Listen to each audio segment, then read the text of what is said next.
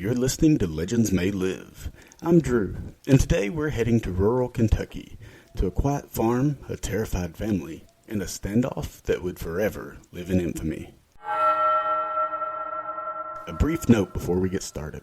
All of our episodes are based on true or allegedly true stories. Some gaps may be filled in, or there may be conflicting sources, so just take it as a fun experience and not a documentary. Just after 7 p.m. on August 21st, 1955, at a farmhouse on the edge of Kelly, Kentucky, a family is settling in for the night. The home is filled with laughter, music, and family just enjoying one another's company. Then one of them notices something strange drifting in the distance outside. Right away, he rushed to tell the others, but what followed would become one of the most famous and most ridiculed encounters in American history. On Sunday, August 21st, 1955, in the small town of Kelly, Kentucky, just north of Hopkinsville, the sun was setting, the heat still hung heavy in the air, and the Sutton family farmhouse was full. Normally, it was just Gleanie Langford and her youngest three children, Lonnie, Charlton, and Mary, in the home. Gleanie was a widow, and she was just trying to do her best to take care of the farm and her preteen children, but today was one of the rare moments of excitement. She was enjoying the company of her oldest sons, Elmer, who they called Lucky, J.C. with their wives as well as family, friends, Billy Ray Taylor and his wife June, and O.P. Baker. It had been a long and fun day of catching up, swapping stories, and just having fun. It felt like for the first time in a long time, the moment, the stresses of life just melted away. As daylight began to fade, the family made their way back inside to wind down, relax, and prepare dinner. And for a while, it was just the soft hum of the radio, a few of the kids playing cards, and just laughter filling the air. It's what seemed like the perfect night in rural America. Then around 7 o'clock, dinner's ready, and Gleanie was setting the table. Billy Ray steps outside to the well to fetch water to fill everyone's glasses, and as he steps outside, he just notices the sun is a sliver now, and the sky is that deep orange that only lasts for a few minutes before the stars creep in. He stopped for just a moment to admire the view. Then he hoisted his bucket back up and turned around to walk toward the house. But as he's walking, he notices something just to his side, just over the tree line. It's this strange flash of either light or maybe something metal reflecting the last hint of sunlight.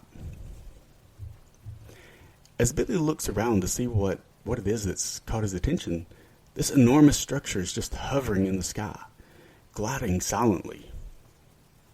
It looks to be around 40 feet long and made of polished metal. Billy Ray stares in disbelief. He had seen airplanes before, but this was nothing like any airplane he'd ever seen. And he had heard of blimps, and this was similar to that description, but blimps weren't made of metal from what he understood, and this was far too disc-shaped. He looks on in awe, just trying to wrap his head around this, and it continues to glide through the air until finally it stops over a field and hovers for just a moment before it starts to descend. And at this point, panic strikes Billy Ray, and he runs inside, bursting through the door.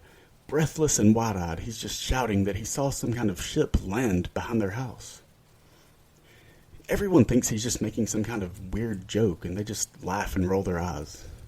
Billy Ray worked with a traveling carnival as a general laborer, so they tell him that performance work isn't for him, and that he just needs to lay off the tall tales and sit down to dinner before it starts to get cold. And he's just about to respond to that when the dog just starts going crazy.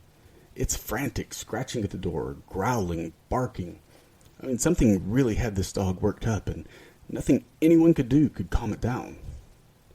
So they took the dog to the other room and just sat down to try to enjoy their meal. And everyone was a bit weary now, but they still tried to laugh and joke around.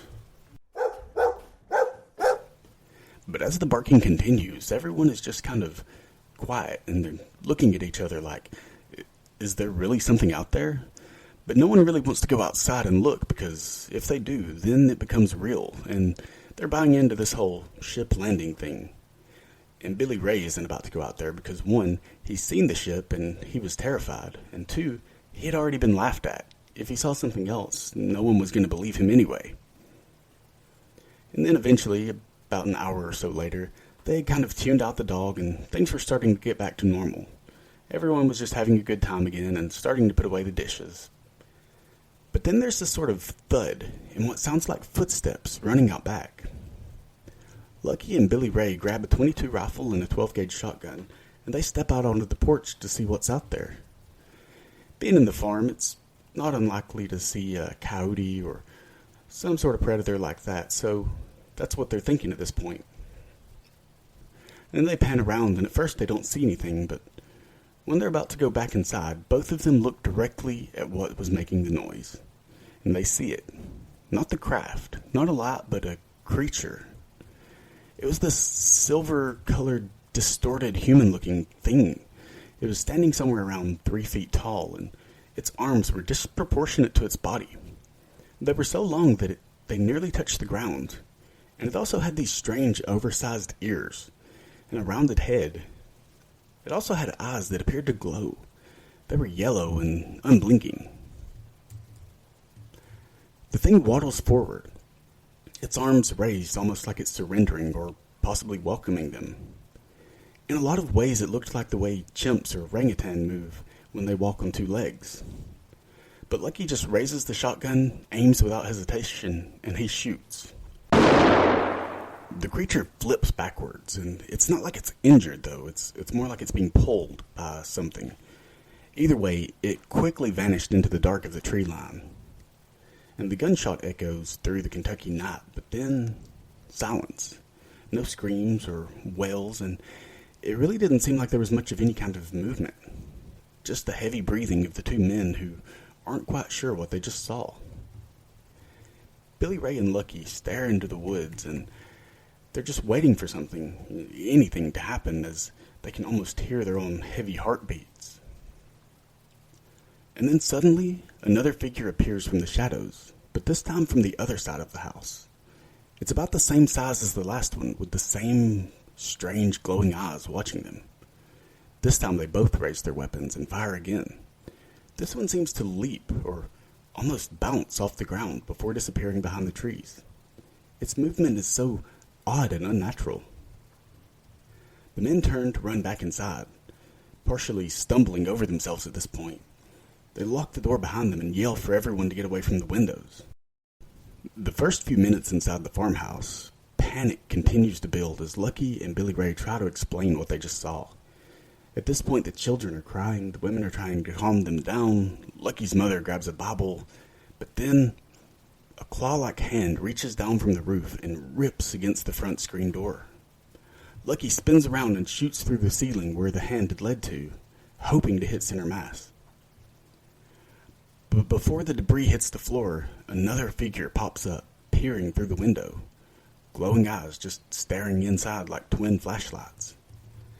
Billy Ray aims and fires right for its face. Glass shatters and the creature vanishes in the crash. But as one leaves, more appear. It's this vicious cycle of more gunshots and more creatures. This nightmarish game seemed to be one that would never end. And now every time they hit one, it doesn't fall. It just sort of floats backwards like it's weightless. Like it almost doesn't care at all. But one thing was for sure. These weren't forest animals. They weren't burglars. They weren't anything that belonged out there. This siege goes on for hours. Shadows dart past the windows, footsteps running across the roof. A strange glow flickers in the distance. The same field where Billy Ray saw the craft land. And all the while, the creatures just keep coming. Always at the edge of the dark. Never attacking, just watching, surrounding the house. With every shot and every reload, the family's ability to keep fighting dwindles, and their time is running out. Until finally, around 11 o'clock, exhausted, terrified, and desperate, they decide to make a run for it. Billy Ray and Lucky provide cover fire as they lead the family out. Everyone rushes to the driveway, and they load into 2 cars as quickly as they can. As soon as the engines start, they tear down the road toward Hopkinsville, tires kicking up dust and gravel, just praying that whatever those things are don't follow.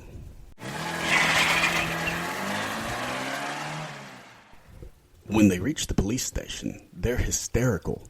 All 11 of them, young and old, telling the same story with trembling voices and white knuckles. And to their surprise, the police take it seriously. They send officers, state troopers, even military police from Fort Campbell, a total of 20 armed responders. By the time police arrive at the Sutton farmhouse, it's just after midnight. Flashlights sweep across the yard. Officers search the roof, they check windows, walk the tree line.